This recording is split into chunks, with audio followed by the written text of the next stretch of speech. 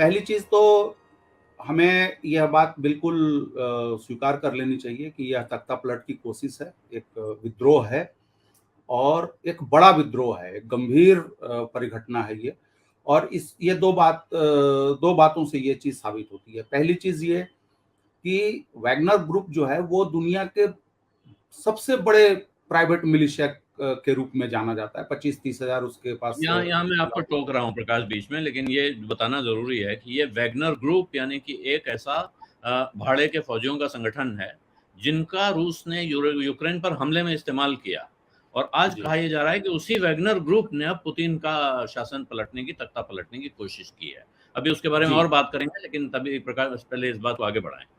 तो और उनके पास बहुत असलहे हैं, जो भी रशियन मिलिट्री के पास हैं उसी तरीके के असलहे उनके पास भी हैं जो रशियन मिलिट्री ने उनको दिए हैं। और दूसरी बात यह महत्वपूर्ण है कि खुद राष्ट्रपति पुतिन को आना पड़ा, संबोधित करना पड़ा देश को इस घटनाक्रम के कुछ घंटों के बाद ही। और उन्होंने एक शब्द भी, एक लाइन भी ऐसी नहीं बोली कि जिसमें ये जताने की कोशिश की गई हो कि ये हल्का फुल्का मसला है, देख लेंगे, कुछ नहीं होगा। उन्होंने साफ साफ शब्दों में कहा कि यह पहला शब्द उन्होंने 2 बार इस्तेमाल किया कि यह देशद्रोह है, ट्रीजन है। उसके बाद उन्होंने म्यूटिनी शब्द का उल्लेख किया, पीठ में छुरा भोंका गया, मदरलैंड के साथ, फादरलैंड के साथ धोखा किया गया है। और एक ऐसे समय में जब यह देश एक बड़ी लड़ाई में है, उसमें इस तरीके की चीजें करके बहुत बड़ी चुनौती, बहुत बड़ा चैलेंज रखा गया है। तो अब आप ये देखें कि राष्ट्रपति अगर खुद इस बात को कहें और वो भी पुतिन जैसा व्यक्ति अगर इस बात को मान रहा है, तो हम लोगों को इसको हल्के में नहीं लेना चाहिए। तो ये 2 बातें। तीसरी चीज जो इम्पोर्टेंट इसमें यह निकल के आ रही है कि बहुत सारे लोग आज बात कर रहे हैं दुनिया भर में, ट्विटर पे और अलग अलग जगहों पे, कि अगर कल कोई यह बात कह रहा होता, आज से 24 घंटे पहले अगर कोई कह रहा होता कि रूस में ऐसी स्थिति आ जाएगी, तो लोग उस पर हंसते, बोलते कि यार क्या आप टाइम पास कर रहे हो। लेकिन इसके बारे में ना तो किसी तरीके का कोई एनालिसिस था, ना किसी तरीके का कोई अनुमान था। ये सब जानते हैं जो वैगनर ग्रुप के चीफ हैं प्रिगोजिन, वो थोड़ा सा लूज कैनन है, मिसगाइडेड मिसाइल हैं। वो लगातार यूक्रेन युद्ध के दौरान बहुत तरीके की बातें उन्होंने कही हैं, यहाँ तक कह दिया कि स्टेट ड्यूमा जो वहाँ की पार्लियामेंट है, इन लोगों को नंगे पांव लड़ाई में भेजना चाहिए। टॉप ब्रास को उन्होंने कहा कि लाइन में लगा के गोली मार देनी चाहिए। इस तरीके की बातें वो कहते रहे। अगर हमें मिलिट्री सप्लाई नहीं मिली तो हम युद्ध क्षेत्र से वापस चले जाएंगे। इस तरीके की बातें वो लगातार करते रहे।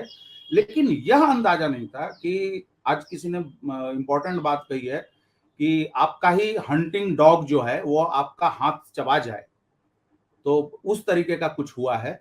तो और अभी जो स्थिति दिख रही है उससे यह लग रहा है कि रशियन मिलिट्री या गवर्नमेंट की तरफ से जो रिस्पॉन्स है वह जिस तरीके से, आमतौर पे अगर हम सोचते कि अरे 25-30 हजार भले हैं, लेकिन ऐसा थोड़ी कि 25-30 हजार युद्ध मैदान में आ गए हैं या उनके पास बहुत सारे तोप टैंक हैं तो सब डिप्लॉय कर दिया गया है।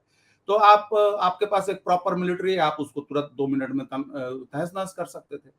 लेकिन जिस तरीके का नपा तुला, बहुत संयम के साथ जो रेस्पॉन्स मिलिट्री की तरफ से दिख रहा है, रशियन मिलिट्री की तरफ से, उससे भी लग रहा है कि यह एक बहुत बड़ी चीज चल रही है। और मुझे लगता है कि स्थिति साफ होने के लिए हमको 24 से 48 घंटे का इंतजार करना पड़ेगा। 24 से 48 घंटे इंतजार करना पड़ेगा।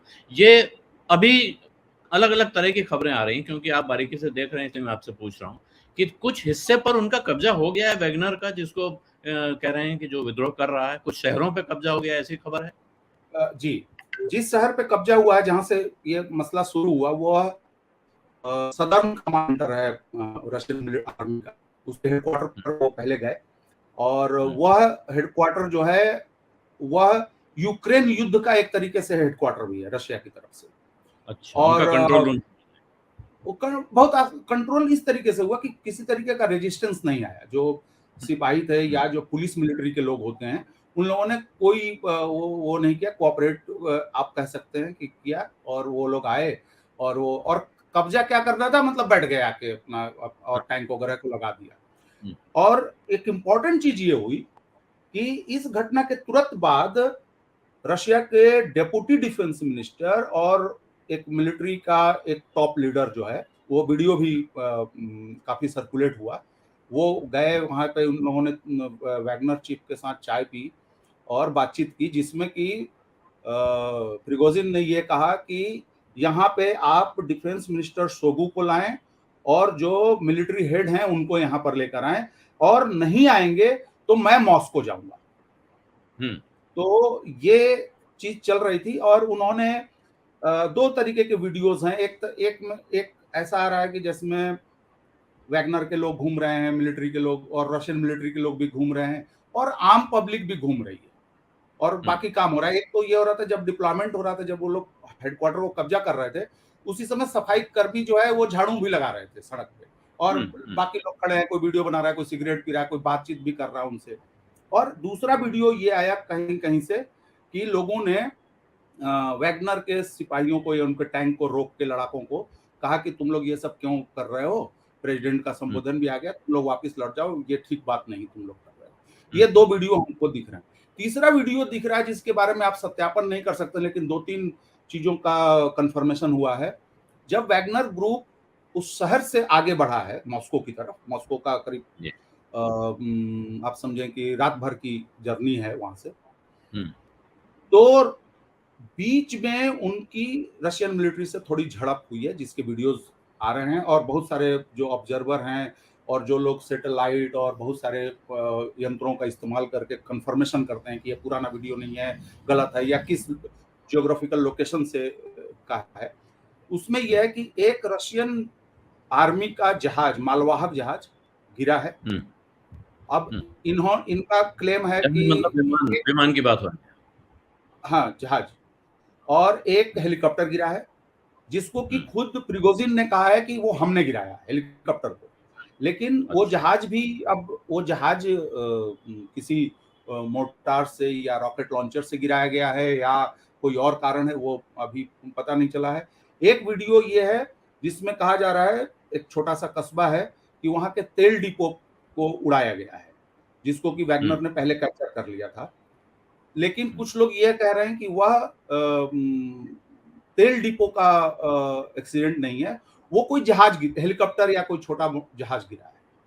और दो वीडियो आ रहे हैं जिसके बारे में कंफर्मेशन है कि जिस रास्ते से ये लोग आ रहे हैं नेशनल हाईवे से, उस हाईवे पे रशियन मिलिट्री ने एयर अटैक किया है, जिसमें इनकी कुछ गाड़ियां जो हैं तबाह हुई हैं, वो है। लेकिन जो सबसे चिंताजनक बात ये आ रही है कि हम लोग जानते हैं कि रशिया जो है दुनिया का सबसे ज्यादा न्यूक्लियर हथियार जो है वो रशिया में है, और परमाणु हथियार या इस तरीके के जो बड़े हथियार होते हैं, आप जानते हैं कि उसको एक जगह नहीं रखा जाता, अलग अलग जगह रखे जाते हैं।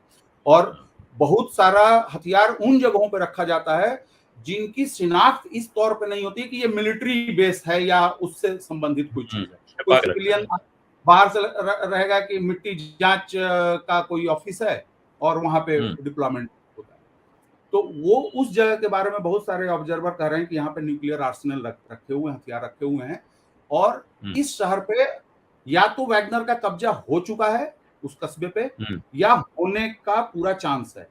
अब यह देखते हैं 1-2 घंटे में चीजें आने लगेंगी कि क्या उनके हाथ में वो चीजें पड़ी हैं या नहीं पड़ी हैं। अब अगर एक और चीज यहाँ पे इंपॉर्टेंट है मिलिट्री टैक्टिक्स के हिसाब से, कि मॉस्को की तरफ बढ़ने के प्रयास में, क्रम में, वैगनर के एक टुकड़ी ने, बड़ी टुकड़ी ने एक दूसरा रास्ता लिया है ताकि वो अटैक से बच सकें और कुछ कर सकें।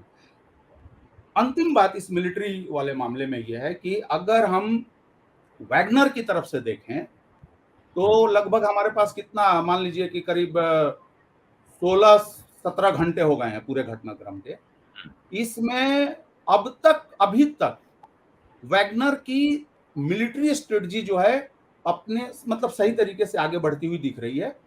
लेकिन उनको जो यह शायद उम्मीद रही होगी कि बहुत सारे रशियन मिलिट्री के लोग उनके पक्ष में आ जाएंगे या पॉपुलर सपोर्ट, जनता का सपोर्ट उनको मिलेगा, ये दो बातें होती हुई नहीं दिख रही।